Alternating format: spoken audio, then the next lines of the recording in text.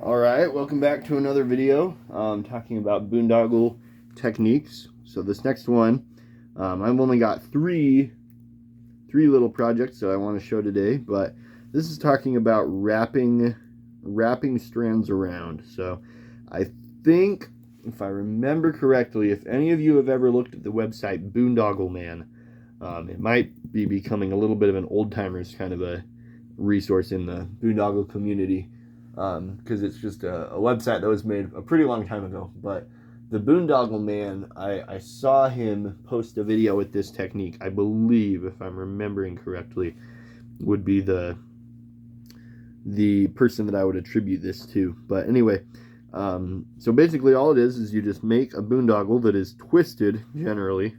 You could probably do it with a straight one as well, but it wouldn't really grab on quite as well. And then you take some extra strands that you may have and you wrap them around. So as you can see here, I started with a corkscrew, a 3x1 twisted boondoggle, and then I stopped weaving that middle strand, and instead I made a twist stitch, a 2x1 twist stitch, and then I simply wrapped the green strand around and around and around and around. And then I joined back together and I made a super brick at the end. So that's the first example. Now I've got this one. This is a combo of both some straight super brick stitches as well as in between each of the super brick sections there's a 2x1 twist stitch with the blue strands wrapped around, if you see that. So the blue strands in each of the twisted portions are not actually woven in. They're simply wrapped around the edge. And then finally I have this boondoggle. Excuse me. And on this one, I started with a 3x3 twist. And then I took 4 strands out. So, yeah, the 4 cornermost strands I stopped weaving. And I made just a tornado stitch, which is a 2x2 twist.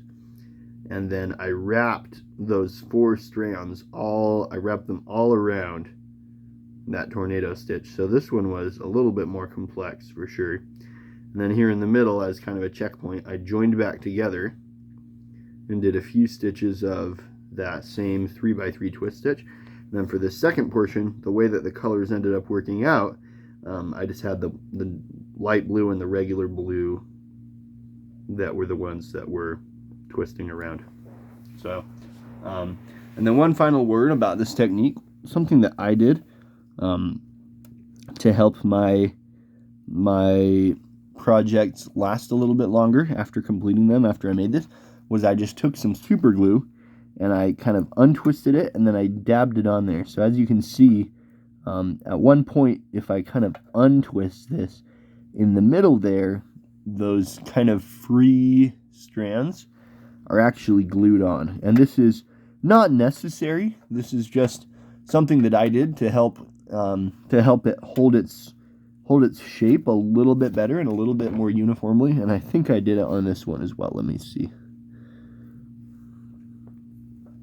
Yeah, so as you can see, as I untwist it, part of it comes untwisted, but that part there in the middle stays gripped on there, and that's because I actually glued it. And so I've dabbed some super glue on there in order to help those free strands kind of stay where they're supposed to be a little bit better. Now that's completely optional. In fact, I'm not completely sure why I did it, because I honestly don't think it was super needed, but that's just one final note. So thanks, keep boondoggling.